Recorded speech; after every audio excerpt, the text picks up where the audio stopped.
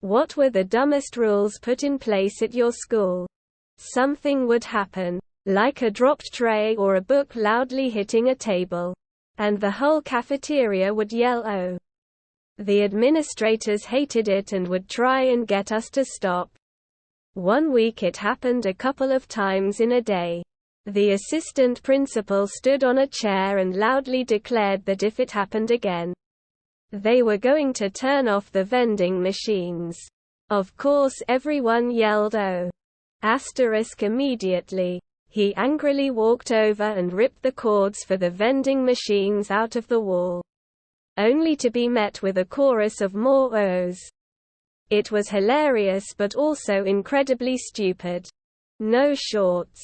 In Florida. In August, students weren't allowed to sit on the floor in the hallways because it promoted sex. When I was in elementary school, we had just started getting computers in our school. We had a computer room with probably about 20 to 25 desktop computers in it, and each one had an old school ball mouse.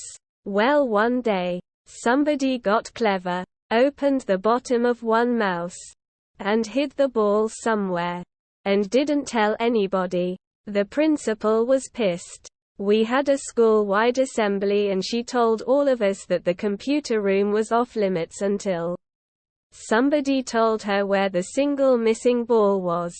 Nobody came forward. This happened in like January and the school year ended in June and nobody came forward for that entire time. The school got these 20 to 25 computers, which probably cost tens of thousands. And we were not allowed to use them for 6 months. We couldn't use them at lunchtime or recess. We couldn't use them to do research for classes. Even typing classes, which weren't required at the time, were cancelled for everybody. There were students who had computers at home and had mice that had died who tried to bring in the ball from the broken mouse as a replacement. But the principal was not having it. In part because it was the principal of the thing. Sorry for the pun.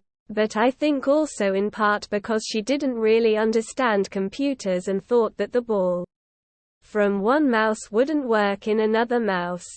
On the last day of classes that year, somebody, and nobody ever knew who, left the missing ball on the desk with a sticky note that said, "Sorry," on it.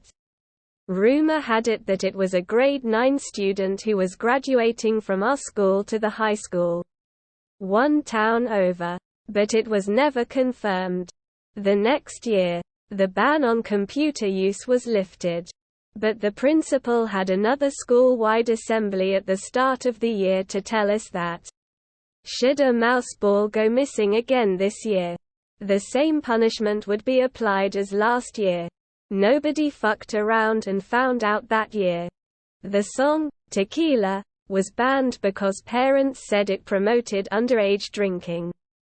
One-way system. You had to go round the entire school to go to your class that was directly next to your previous class. Also, the one-way system funneled all the students all into one corridor, when if they could just go the fastest route they could avoid getting in each other's way. If you are X minutes late, you must do the detention during your lunch break for the same amount of time. For example, if you came 5 minutes late, you have to spend 5 minutes doing detention during your lunch break. There was no detention if we don't show up to class. Basically, if you're late to class, it's better to skip the class. Edit. Forgot to mention, it backfired as most students would skip the class if they came late to class. No eating foods with garlic before class. Must have button-up clothes. Must show up 5 minutes before class start. No long beards.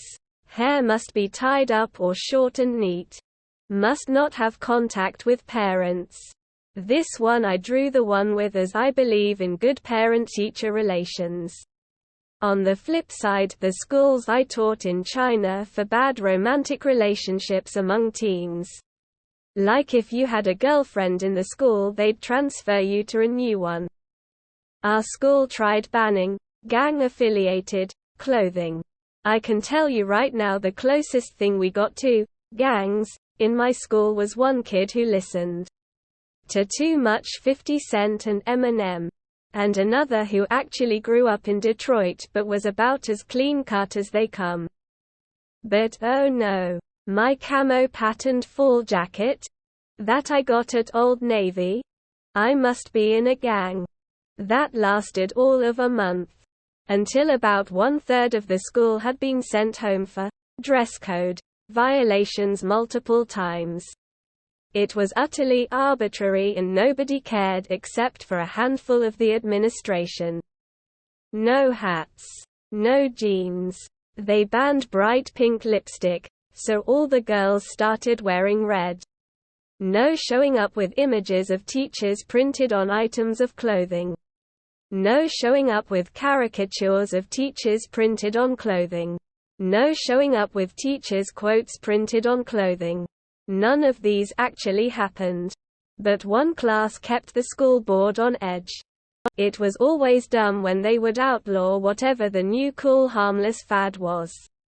I remember when they outlawed snap bracelets, wacky cards and garbage pail kids, magic cards, etc. I think Tamagotchis too.